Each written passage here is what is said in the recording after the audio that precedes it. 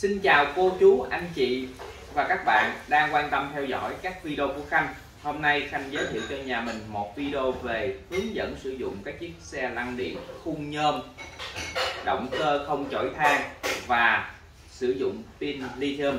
Đối với một chiếc xe lăn điện, giá thành sẽ phụ thuộc vào 3 yếu tố chính giống như Khanh chia sẻ. Đầu tiên đó là hệ thống khung nhôm. Khung nhôm là một trong những cái khung rất là nhẹ để giúp cho chiếc xe lăn điện của chúng ta đi xa hơn, sử dụng bền hơn và chúng ta có thể di chuyển được rất là nhiều địa hình, cũng giống như là bỏ được trong cốp ô tô. Cái thứ hai nữa, động cơ có chổi than, động cơ không chổi than sẽ ảnh hưởng đến tầm hoạt động của xe, cũng giống như độ êm và độ bền. Đối với động cơ không chổi than thì đây, cụ thể là chiếc xe này, thì đối với động cơ không chổi than sẽ hoạt động êm hơn và nó sẽ bền hơn, bởi vì nó sẽ không bị hao mòn chổi than trong quá trình sử dụng cái xe lăn điện. Và động cơ không chổi than có một ưu điểm nữa, đó là có chống nước. Có nghĩa là đối với cái chiếc xe lăn điện này, quý anh chị có thể đi vào chỗ ngập nước, motor có thể ngâm nước bình thường, không vấn đề gì hết. Rồi, đó là những cái ưu điểm về động cơ khung, và Khanh kể đến cho nhà mình đó là ưu điểm về pin. Và chiếc xe lăn điện này đang sử dụng pin lithium. Pin lithium cho phép cái chiếc xe lăn điện có thời gian sạc ngắn, 10 tiếng là đầy pin, và quãng đường có thể đi được trên cái bộ pin lithium này lên đến 30 km. Và vận tốc đi của bộ pin lithium kết hợp với động cơ không chổi than lên đến 8 km/h. Đó là 3 sự kết hợp, 3 yếu tố quan trọng dẫn đến cấu thành một chiếc xe lăn điện có giá thành cao hay giá thành thấp. Chỉ cần một yếu tố thay đổi là giá thành của chiếc xe lăn điện giảm xuống rất là nhiều, và chiếc xe lăn điện có remote hay không. Rồi, bây giờ Khanh sẽ giới thiệu cho mình cái cách sử dụng các chiếc xe lăn điện khung nhôm, pin lithium, động cơ không chổi than và có remote này như thế nào nha. Đầu tiên, quý anh chị xem giúp dùm Khanh trên cái phần tay điều khiển. Đây là tay điều khiển của xe lăn điện, thì nó sẽ có 4 nút thôi, rất là đơn giản, và một cần joystick. Cái joystick này khi quý anh chị muốn đi tới thì mình sẽ đẩy tới, quý anh chị muốn kéo về sau thì mình hạ về sau, quý anh chị muốn kéo trái thì mình lắc qua trái, quý anh chị muốn qua phải thì mình lắc qua phải. Và nếu mà quý anh chị muốn vừa đi tới vừa quẹo trái vừa quẹo phải thì mình sẽ lắc hơi nghiêng một tí, thì nó sẽ đi xéo theo hướng của mình. Và khi quý anh chị muốn đi chậm thì mình sẽ lắc từ từ nhẹ nhẹ lên thôi, còn quý anh chị muốn đi nhanh mình lắc nhanh lên thì nó sẽ đi nhanh. Đó là những cái cách mà Khanh muốn hướng dẫn sử dụng cho nhà mình. Đầu tiên, để khởi động cái chiếc xe lăn điện này, quý anh chị lưu ý dùm Khanh 2 yếu tố. Yếu tố đầu tiên là chúng ta sẽ mở cái nút nguồn ở ngay vị trí đây ngay ngón tay của Khanh. Đây là nút nguồn, chúng ta bấm lên. Quý anh chị quan sát cái phần đèn giúp dùm Khanh. Nếu nó là đèn xanh thì bộ pin của chúng ta đang đầy, nếu nó là đèn màu cam thì bộ pin của chúng ta đang muốn hết, thì quý anh chị nên sạc cái bộ pin. Rồi, ở phía dưới đây nó còn một cái đèn nữa, đây là đèn tốc độ. Tốc độ này quý anh chị có thể bấm tăng giảm, đây, tăng giảm tốc độ bằng cộng hoặc trừ. Thường thì Khanh khuyên nhà mình khi mà ở trong nhà thì mình nên để cái tốc độ thấp nhất, và mình sẽ dùng cái cần joystick này để mình đẩy. Đó, quý anh chị muốn đi chậm thì Khanh đẩy chậm nè, từ từ. Đó, cái xe nó đi chậm lên nè. Đó, quý anh chị thấy không ạ? Rồi, quý anh chị lưu ý dùm Khanh khi mà ve cái chiếc xe lăn điện này thì mình cũng ve chậm thôi, và khi mà ve nó sẽ phát ra tiếng kêu bíp bíp bíp để cảnh báo cho mình xe đang ở chế độ ve. Đây, Khanh ve nha.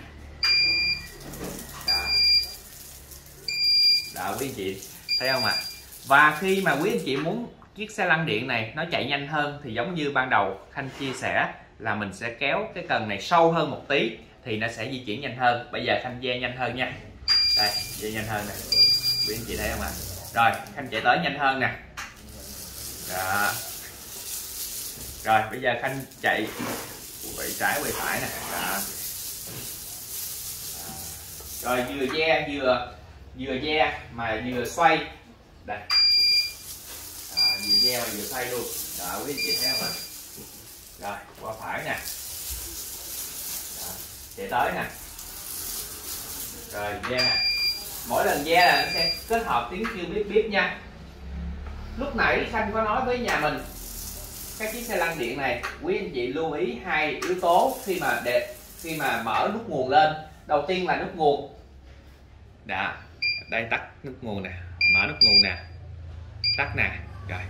Tại sao Khanh nói hai yếu tố? Yếu tố đầu tiên là yếu tố nút nguồn. Yếu tố kế tiếp đó là vị trí của cần gạt ngay motor. Đây, vị trí cần gạt ngay motor là ở phía sau đây. Nếu cần gạt này nó đang xô về trước, đây xô về trước nè, Khanh đẩy xô về trước, thì cái chiếc xe lăn điện này nó sẽ nằm ở tình trạng khóa từ. Mà khóa từ thì quý anh chị sẽ không đẩy được, nó cứng ngắc, không đẩy được. Cái khóa từ này nó sẽ giúp cho mình ở ngay dốc vô tình mình không cầm vào cái joystick, hoặc là vô tình cái chiếc xe lăn điện của mình nó bị hết pin đi thì nó không bị trôi, nó không bị giật ngược ra sau nếu quý anh chị đang lên dốc, và nó sẽ không bị trôi xuống dốc khi quý anh chị đang đi xuống dốc. Đây là một trong những tính năng an toàn của một chiếc xe lăn điện phải có. Khanh dùng từ là phải có nha. Kể cả nó hết pin, đây Khanh đang tắt nút nguồn rồi, kể cả hết pin thì nó cũng không đẩy được. Đó, quý anh chị lưu ý dùm Khanh, đây là tính năng khóa từ nha. Chính vì lý do này mà Khanh muốn nói với nhà mình rằng nếu trong trường hợp mà mình gạt cái cây này xuống, gạt cái cây này ra phía sau nha, gạt phía sau gạt hai cây. Đó, mà mình mở cái nút nguồn lên, đây Khanh mở nút nguồn lên này, thì cái tay này điều khiển này nó sẽ kêu. Quý anh chị lưu ý dùm Khanh. Đó, nó kêu, nó cảnh báo. Tức là tại sao mà nó cảnh báo là cái vị trí của khóa từ không được kích hoạt. Đó. Và khi nó đang cảnh báo như vậy, khóa từ không được kích hoạt, thì quý anh chị có đẩy nó đi, đang di chuyển nó đi cũng không được. Quý anh chị lưu ý dùm Khanh yếu tố này.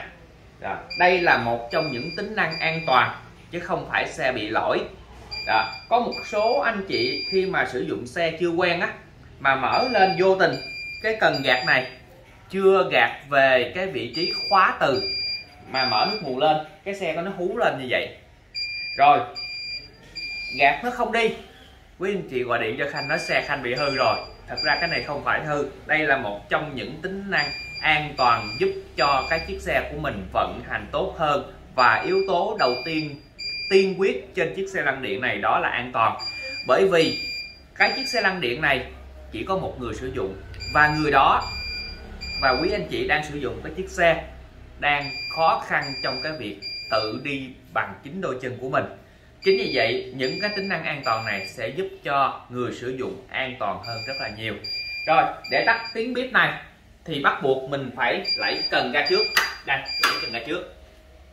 Sau khi đẩy cần ga trước xong nó vẫn kêu chắc chắn, thì chúng ta sẽ tắt cái tay này đi, rồi xong chúng ta sẽ mở lại một lần nữa thì nó sẽ trở lại bình thường, hoạt động bình thường. Quý anh chị lưu ý đây là những tính năng an toàn cho xe không bị hư, bị lỗi nha.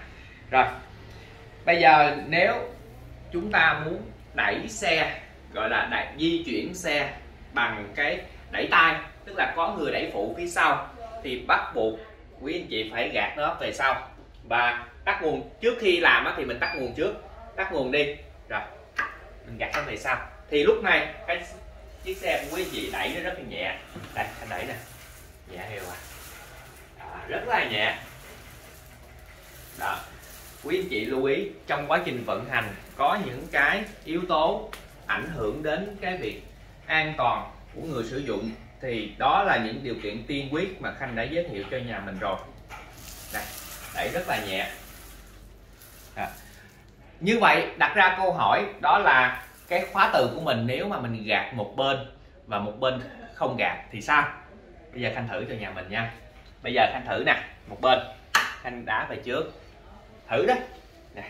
Rồi Như vậy thì khi mà một bên mà không đá về trước thì quý anh chị có đẩy thì nó cứ xoay vòng vòng như nè, thì một bánh nó bị khóa rồi, không đẩy được.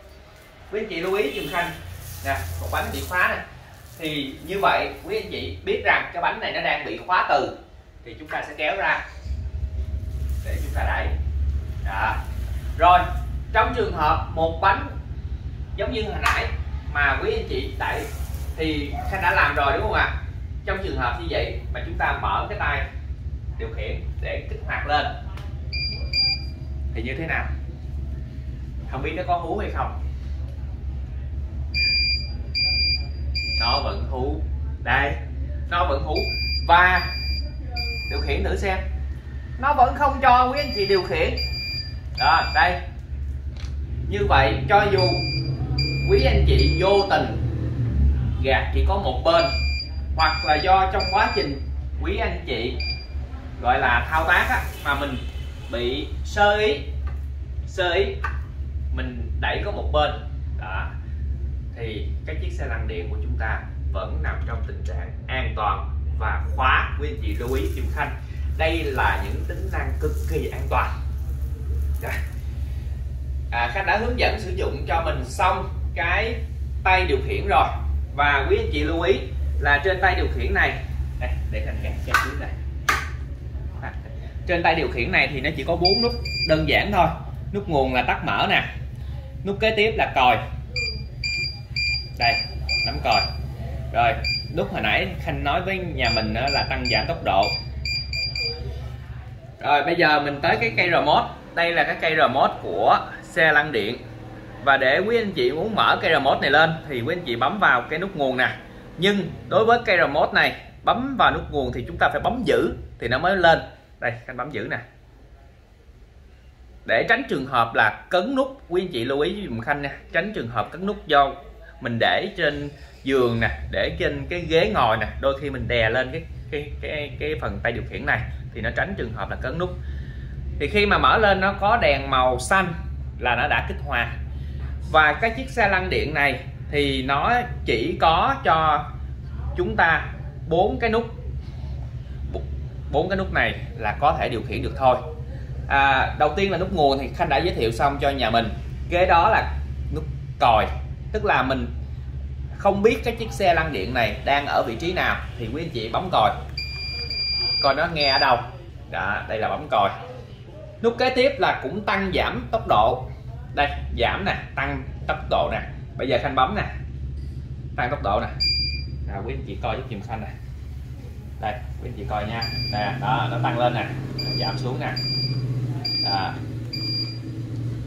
Còn nút ở phía dưới đó là nút gập của xe lăn điện, gập điện, thì đây là phiên bản không có gập điện. Quý anh chị lưu ý giùm Khanh, đây là phiên bản khung nhôm, có tay điều khiển remote, động cơ không chổi than, pin lithium nhưng không có gập điện. Nếu quý anh chị có nhu cầu sử dụng một chiếc xe lăn điện có tính năng gập điện từ xa trên cái remote này luôn, thì quý anh chị alo cho Khanh qua số điện thoại trên màn hình, và quý anh chị phải đặt hàng thì Khanh mới đem phiên bản đó về. Bởi vì cái phiên bản đó và phiên bản này giống nhau hoàn toàn, chỉ khác nhau một tính năng duy nhất, đó là nút gập điện, gập xe lại bằng điện. Còn đây, chiếc xe này mình gập bằng cơm. Dùng từ là gập bằng cơm, bởi vì đây Khanh gập cho nhà mình coi nha. Rồi, tắt nè. Rồi, gập bằng cơm thì là sao ạ? Ở phía sau của mình có một cái cần lẫy đây. Đây cần lẫy nè. Rồi, thì mình sẽ bấm vào. Bấm vào cái cần lẫy nè. Đó. Đây. Bấm vào cần lẫy. Nhớ giúp mình Khanh nha. Bấm vào cần lẫy nè, kéo xếp nè. Rồi. Như vậy các chiếc xe của chúng ta đã được gấp lại. Đây là gấp bằng cơm. Còn nếu quý anh chị muốn thao tác mới vừa gấp của Khanh bằng điện và có thể điều khiển từ xa, thì quý anh chị sẽ phải mua một phiên bản cao cấp hơn cái này một tí. Giống nhau hoàn toàn, nó chỉ thêm mỗi tính năng là gập điện thôi. Thì tùy theo khả năng kinh tế của từng anh chị mà chúng ta sẽ chọn một cái chiếc xe lăn điện có tính năng phù hợp với nhu cầu sử dụng nha.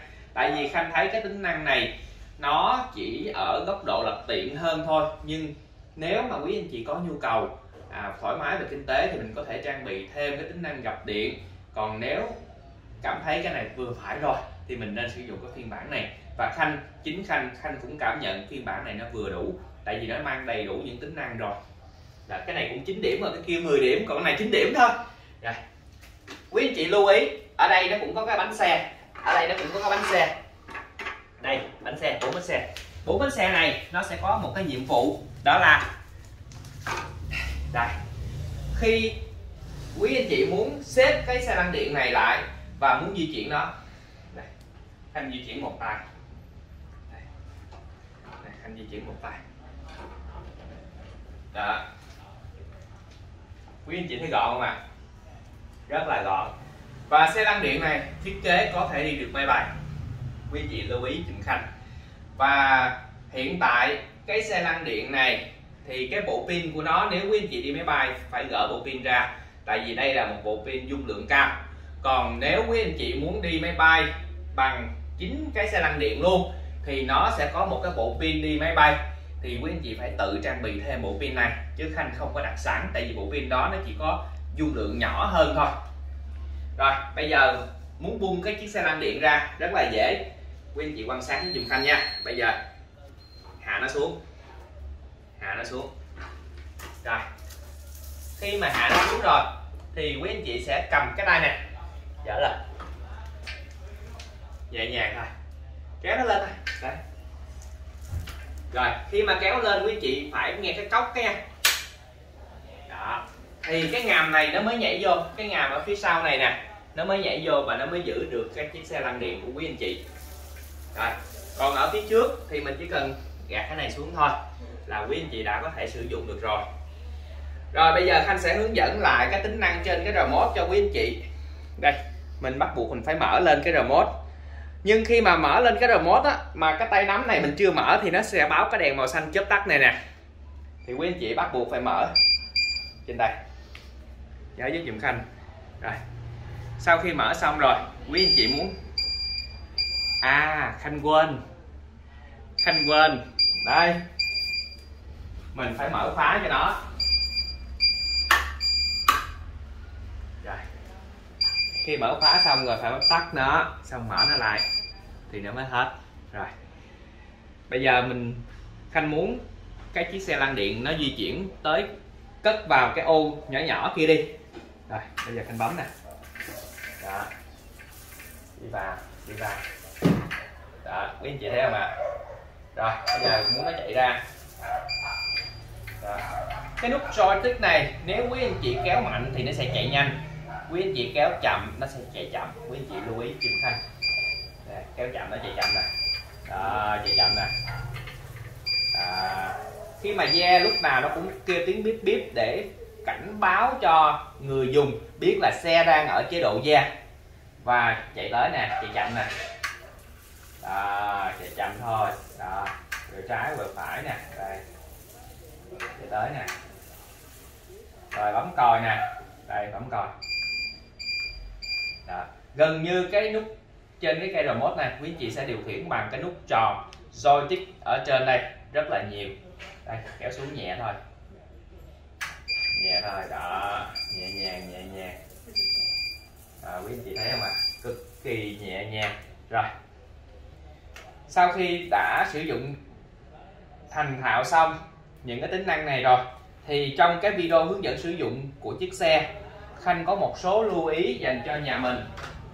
Đó là khi sử dụng cái chiếc xe lăn điện này dành cho anh chị thuận tay trái và thuận tay phải. Khi quý anh chị đem về, cái này nó có thể mở ra và nó gắn vào nè, quý anh chị nhớ giúp giùm Khanh này, ở đây nó có một cái lỗ để mình có thể đưa vào nè, và nó có thể điều chỉnh độ sâu nè, đưa vào, điều chỉnh ra vô nè. Đó, tùy theo tay của từng người sử dụng. Nếu mà tay của người sử dụng mà ngắn thì mình để kéo sát vô. Đó, còn nếu mà tay người sử dụng dài thì mình để hơi dài ra, xong mình khóa lại. Ở đây nó có thêm một cái ngàm để giữ cọng dây nó lại. Đó. Rồi cái ngàm sau này nè, đó, để giữ con dây lại.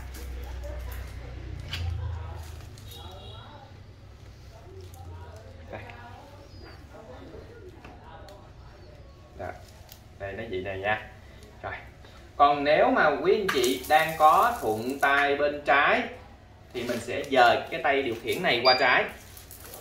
Đây, dời bằng cách gì? Đây, quý anh chị coi giúp dùm Khanh nha. Rồi mình sẽ luồn ở phía sau, luồn ở phía trong nè, để chuyển cái tay này qua. Rất là đơn giản thôi. Đó. Mình luồn ra. Rồi. Đưa vào đây. Đó. Như vậy Khanh đã chuyển thành công cái tay điều khiển của chiếc xe lăn điện qua bên trái để cho người có thuận tay trái sử dụng được. Và quý anh chị lưu ý, cái tay tựa của xe lăn điện có thể dở lên. Cái tay này nè, nó có thể dở lên nha. Dở lên dở xuống. Đây.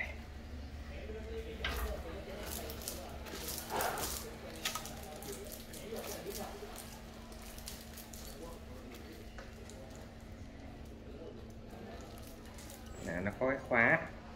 Đây. Nó dở lên dở xuống giống như Khanh nè. Quý anh chị lưu ý dùm Khanh, nó có một cái khóa. Đây, để Khanh gạt cái xe qua để cho quý anh chị coi nè. Ở đây nó có một cái khóa. Đây, cái khóa gài nè. Nếu cái khóa này mà quý anh chị để vị trí này nè thì quý anh chị dở lên không được. Đây, nhưng nếu cái khóa này gạt xuống thì quý anh chị có thể dở lên được. Nhớ giúp dùm Khanh nha. Rồi, cái tay này có thể mở lên và đóng xuống để quý anh chị có thể ra vào ở vị trí này cực kỳ tiện. Nếu quý anh chị ngồi trên cái ghế giống như cái ghế salon của Khanh á, bây giờ Khanh điều khiển cái chiếc xe này, điều khiển vô nè,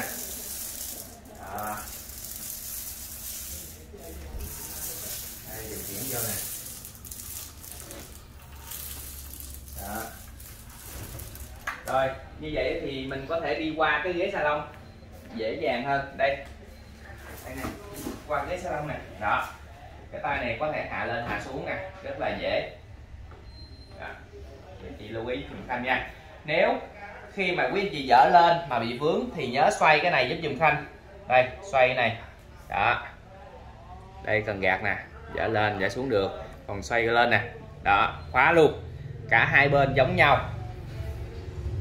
Lưu ý dùm Khanh cái phần này. Rồi ở đây mình sẽ có những cái túi nhỏ. Đây, những cái túi nhỏ để mình có thể để điện thoại, vật dụng nào mà quý anh chị muốn á. Đây. Đây.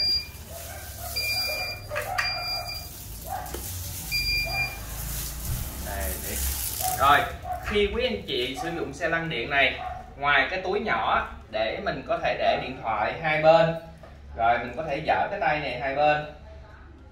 Để Khanh dở lên cho nhà mình coi nha. Hai bên, bên này cũng dở lên được luôn, cả hai. Đây, cả hai. Đó. Nếu mà mình đi cái đồ nó hơi cồng kềnh tí, mình có thể dở cái tay lên.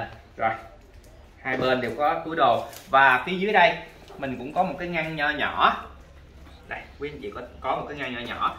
Thì cái xe lăn điện này với mục đích là giúp cho quý anh chị có thể hòa nhập cộng đồng, hòa nhập cuộc sống hàng ngày. Quý anh chị có thể đi siêu thị, quý anh chị có thể đi học tập, quý anh chị có thể đi làm, quý anh chị có thể đi uống cà phê, quý anh chị có thể đi mua bất kỳ món đồ nào mà không phụ thuộc vào người thân, không cần người thân phải hỗ trợ cho quý anh chị. Đây, mình còn một cái túi nhỏ. Đây, cái túi nhỏ. Cái túi nhỏ này khi mà xe đi về á thì nó có một cái bộ gọi là bộ đồ nghề, bộ chìa khóa Khanh để trong đây luôn. Thì quý anh chị lưu ý cái bộ đồ nghề này để chúng ta có thể là thay thế phụ tùng cho xe. Đó. Thì Khanh sẽ làm những cái video chi tiết thay thế từng món phụ tùng cho xe riêng để dành cho quý anh chị có thể là tự thay thế, tự thay ở nhà khi mà Khanh gửi những cái món chi tiết, giống như quý anh chị bị vô nước, cái tay điều khiển này nó bị hư thì quý anh chị phải mua thay tay điều khiển khác. Rồi thì khi mà mua tay điều khiển khác á, thì Khanh đã làm một cái video về thay cái tay điều khiển này rất là dễ. Quý anh chị chỉ cần coi cái video đó mình gỡ ra và cắm vào thôi, cực kỳ đơn giản luôn.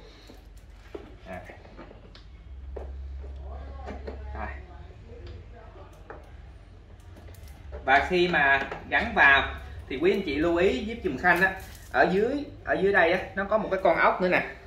Con ốc này để nó gài cái tay lại, quý anh chị nhớ vặn lại nha. Thì ở đây tất cả các xe lăn điện nó thiết kế là chỉ có một con ốc thôi. Thì nếu mà quý anh chị chuyển qua trái thì chúng ta phải mở con ốc này ra để gắn vào bên trái. Còn quý anh chị này, mở con ốc này ra nè, xoay nó. Đây, xoay nó để gắn vào đây. Dưới đây nó cũng có một cái lỗ để mình gắn ốc vào. Rồi.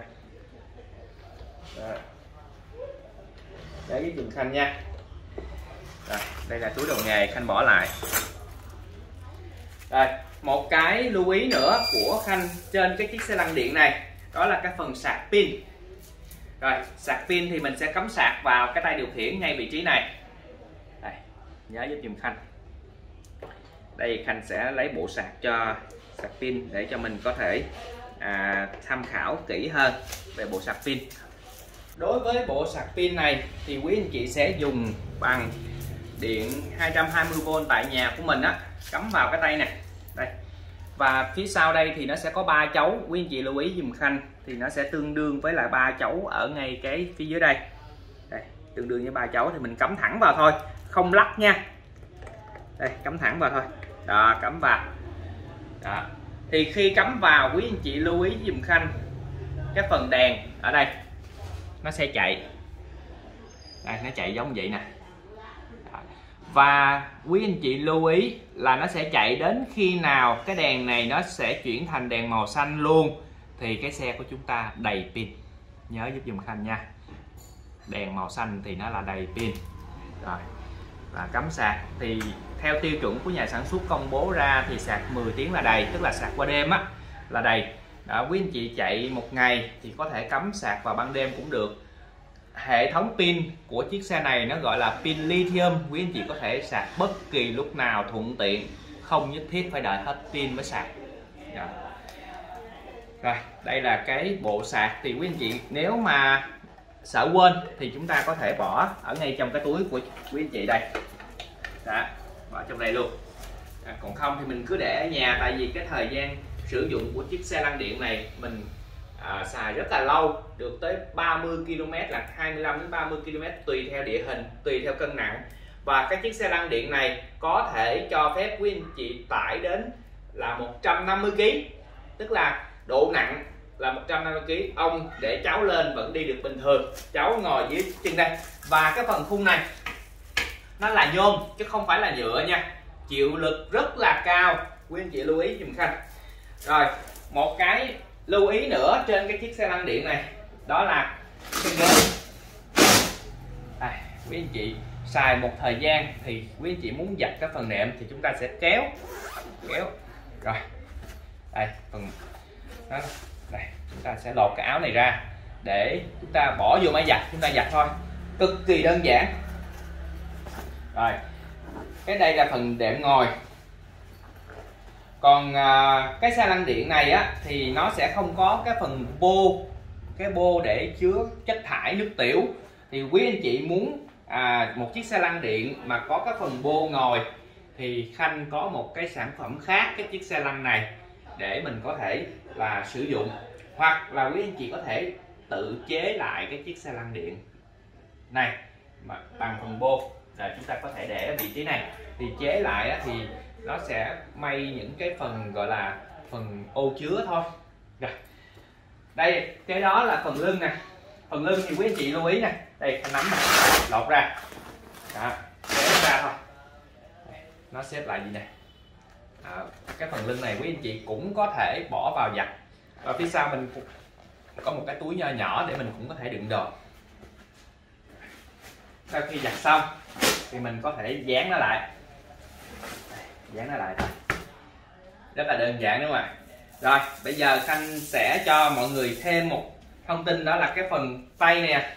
Cái tay mình có thể điều chỉnh nó cao thấp đây, bằng đây, điều chỉnh cao thấp này. Tức là cái phần ngồi á, khi mà quý anh chị ngồi có nhiều cô chú á, cái chiều cao không được cao lắm thì mình sẽ kéo cái phần tay tựa này kéo xuống để cô chú có thể đỡ được cái phần đầu. Cái xe lăn điện này có thể cho phép chúng ta điều chỉnh được độ cao bằng cái khóa ở đây, hai cái khóa phía sau này, hai cái khóa này nha. Một cái điều lưu ý nữa của Khanh dành cho cả nhà mình đó là về cái ở phía sau này nó có cái bánh xe, hai cái bánh xe này. Hai cái bánh xe này nó sẽ làm nhiệm vụ là đỡ cho quý anh chị khi mà đi đường dốc xe nó không bị lật ngược ra sau. Thì nó hoạt động bằng cách nào? Ở đây nó có một cái tay kéo này, quý anh chị lưu ý tay kéo này, kéo nó ra thì bánh xe nó sẽ chạy ra. Kéo nó này, kéo nó này, kéo nó ra nha. Rồi như vậy cái bánh xe này nó gọi là bánh xe chống lật, giúp cho chiếc xe nó không bị lật ngược ra sau nè. Quý anh chị thấy không ạ? Cái này nó đỡ để cho mình đi những cái dốc nó hơi cao á thì xe mình sẽ không bị lật ngược ra sau.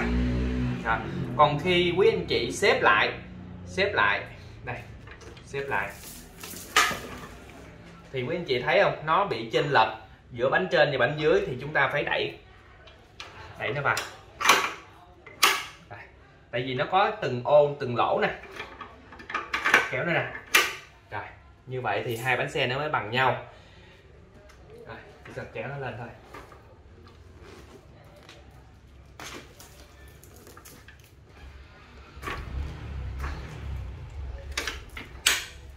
Rồi bây giờ Khanh sẽ hướng dẫn cho cả nhà mình lấy cái bộ pin của xe lăn điện này ra.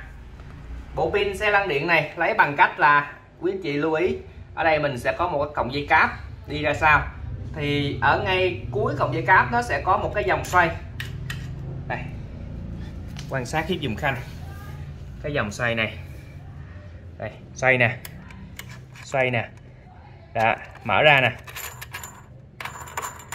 rồi kéo thẳng nó ra. Còn khi mà mình cắm vào á, đây nè quý anh chị có thấy có gờ trên đầu không ạ? Đây nó có gờ trên đầu nè, cắm thẳng vào, không lắc qua lắc lại gì nè, đẩy thẳng vào luôn. Rồi xong gắn lại đó, như vậy là nó đã kín và đã chặt rồi. Rồi đây mình sẽ xoay ra, giật thẳng ra. Rồi ở phía dưới đây nó sẽ có một cái ngàm đây, cái ngàm này anh chị lưu ý nè, bấm vào để cho nó hở ra, bấm vào rồi xong mình kéo cái bộ pin ra đó.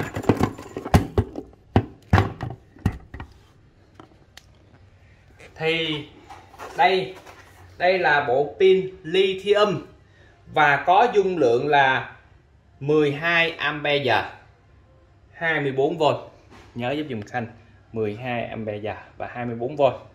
Ở đây là các thông số của nó là pin lithium nè, 12 ampere, 24V nè, dòng của nó là 2 ampere nè, điện áp là 24V nè. Đó, cái công suất của nó là 288W nè. Đó. Và cái bộ pin này quý anh chị lưu ý nha, là nó sẽ không có chống nước. Bộ pin này không có chống nước, mà cái motor này thì nó lại chống nước. Chính vì vậy khi mà mình đi qua những cái chỗ ngập á thì mình lưu ý cái độ cao của chỗ ngập, nó chỉ tới cỡ cái chân motor thôi. Rồi bộ pin này phải hạn chế. Rồi, Khanh chỉ cho nhà mình lấy cái bộ pin này ra cũng có nguyên nhân là nếu mà nhà mình không có trang bị cái bộ pin mà để đi máy bay á thì phải gỡ cái bộ pin này ra, bỏ vào chỗ khác, ký gửi và mình đẩy cái chiếc xe không. Và khi đẩy chiếc xe không thì mình phải kéo cái khóa xuống để mình mới đẩy được, nhớ với dùm Khanh nha. Đó. Rồi và khi xuống máy bay rồi á thì mình sẽ gắn vào, rất là đơn giản. Và quý anh chị nhớ giúp dùm Khanh, đây là cái lẫy nè. Đó. Mình phải bấm cái lẫy này ra, và ở đây nè nó có một cái lỗ để mình đưa thẳng vào, thì nó tương đương với lại cái ngàm ở ngay vị trí này. Đây cái ngàm này nè. Đó, thì bây giờ mình trượt nó vô. Đó. Và phải bấm nó một cái. Đó, bấm nó để đẩy vô. Rồi gắn giống như hồi nãy Khanh chia sẻ là cái này gắn thẳng vào thôi. Rồi cực kỳ nhanh, cực kỳ đơn giản. Rồi sau khi gắn xong rồi mình đẩy cái này, rồi bây giờ mình thử lại cái phần tay nắm. Mở lên, sáng đèn là hoạt động bình thường. Thử chạy nè. Ok. Rồi trên đây là Khanh đã hướng dẫn xong cái cách sử dụng một cái chiếc xe lăn điện hàng ngày dành cho các quý anh chị, cô chú đang sở hữu cái chiếc xe lăn điện của bên Khanh. Những chiếc xe lăn điện có khung nhôm, động cơ không chổi than, vỏ động cơ là bằng nhôm và pin lithium, giúp cho quý anh chị có thể di chuyển rất là nhiều địa hình và tốc độ cũng giống như quãng đường của mình xa hơn. Cảm ơn cô chú đã quan tâm theo dõi các video của Khanh và ủng hộ Khanh những chiếc xe lăn điện đến từ thương hiệu xe lăn điện Thiên Minh. Xin chào và xin hẹn gặp lại. Nếu nhà mình hỏi về chương trình mua xe, có thể liên hệ số điện thoại trên màn hình. Bên Khanh sẽ tư vấn trước khi Khanh chọn cho nhà mình một cái model phù hợp. Tại vì nhà mình có thể thoải mái về tài chính nhưng cũng có thể không thoải mái về tài chính. Thì mỗi nhà, mỗi hoàn cảnh sẽ có một nhu cầu sử dụng khác nhau. Chính vì vậy Khanh sẽ tư vấn chọn cho nhà mình một model nó phù hợp nhất. Sau đó Khanh sẽ mới đặt xe cho nhà mình. Cảm ơn cả nhà luôn quan tâm theo dõi. Xin chào và xin hẹn gặp lại. Bye bye.